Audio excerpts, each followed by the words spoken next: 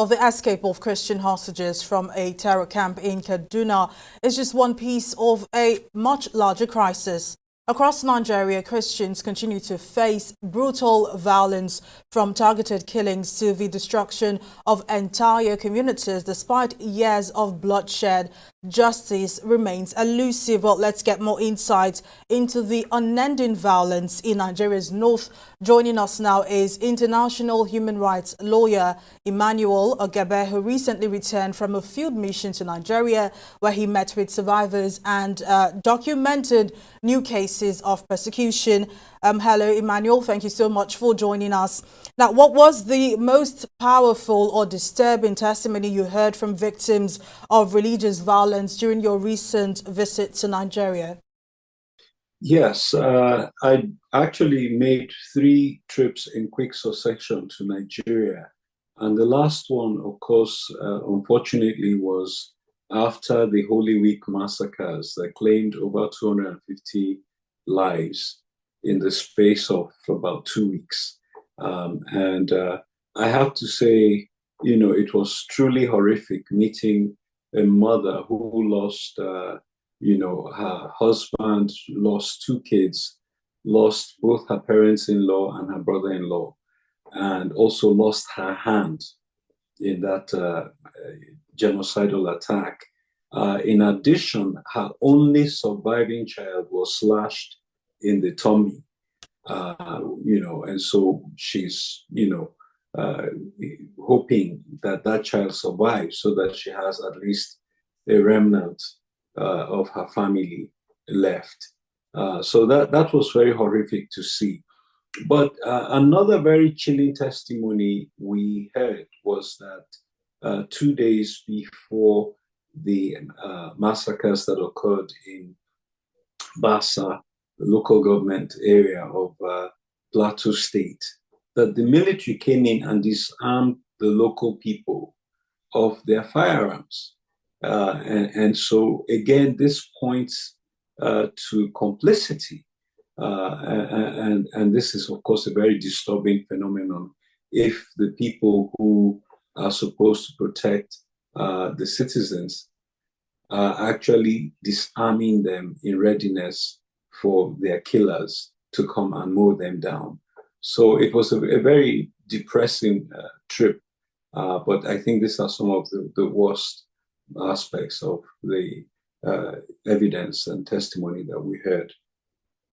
Now, based on what you saw and heard, how would you assess the current situation for persecuted Christians in Nigeria compared to previous years? The major difference now is that, unlike the isolated incidents where we had, attacks and we had this number of Christians killed, we now have a systematic, ongoing genocide non-stop.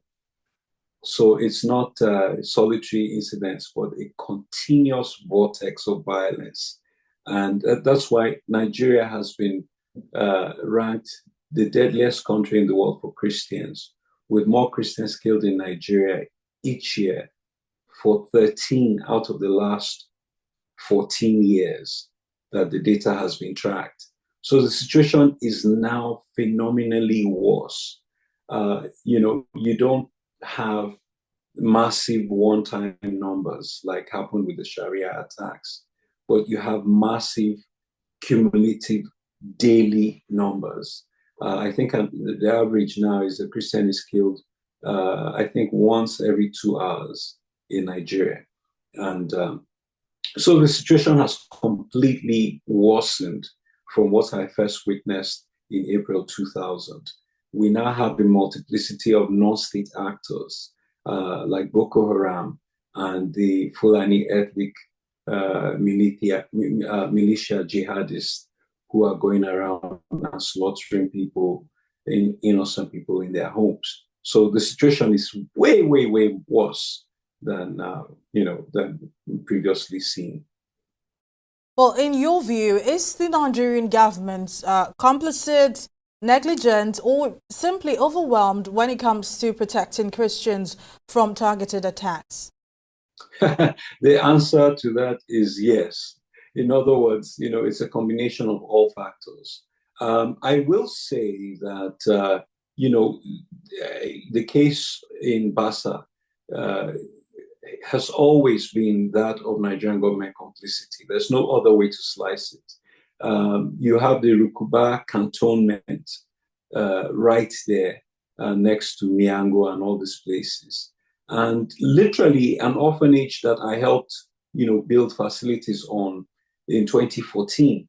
In 2021, the Fulanis came there and destroyed it. It is uninhabited till today. They have been operating for a week. We were getting daily reports, and yet the Nigerian military did not show up till it was destroyed. One of the victims we interviewed said that the person who, came into their home and killed their family members was dressed in military uniform. So the Nigerian military needs to clean house, because these reports have been consistent over the years. All right, finally, what legal options, either within Nigeria or through international mechanisms, are available to Christian victims seeking justice, for these crimes?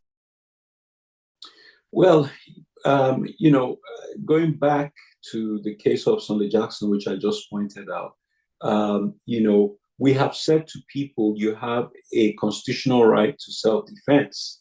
It's globally recognized in every jurisdiction on the planet, in this planet. It's the right of self-preservation.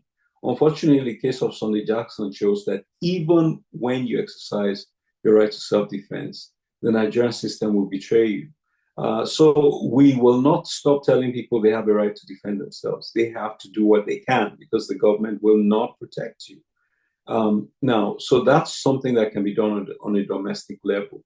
On an international level, we are, of course, working with the U.S. Congress and the U.S. administration to redesignate Nigeria as a country of particular concern because of the continuing atrocities. I have heard for the first time that there have been security improvements in some parts of Nigeria, under the current administration. Now, there were atrocities in Benue and Plateau State, even while we were in the country, which isn't good. There was a killing, a massacre in Gombe State, which was not by the Fulanis. We've heard that there have been security improvements in Kaduna State, which I think is where the chief of Army staff or defense staff comes from. That's not good enough. There shouldn't be an isolated pocket of improvement in the state where a security chief is from. It should be nationwide. And so the atrocities in southwestern Nigeria, southeastern Nigeria, South Nigeria should also be addressed. And let's not forget, there are atrocities in northwest Nigeria as well. So there is an urgency for the government to protect its citizens.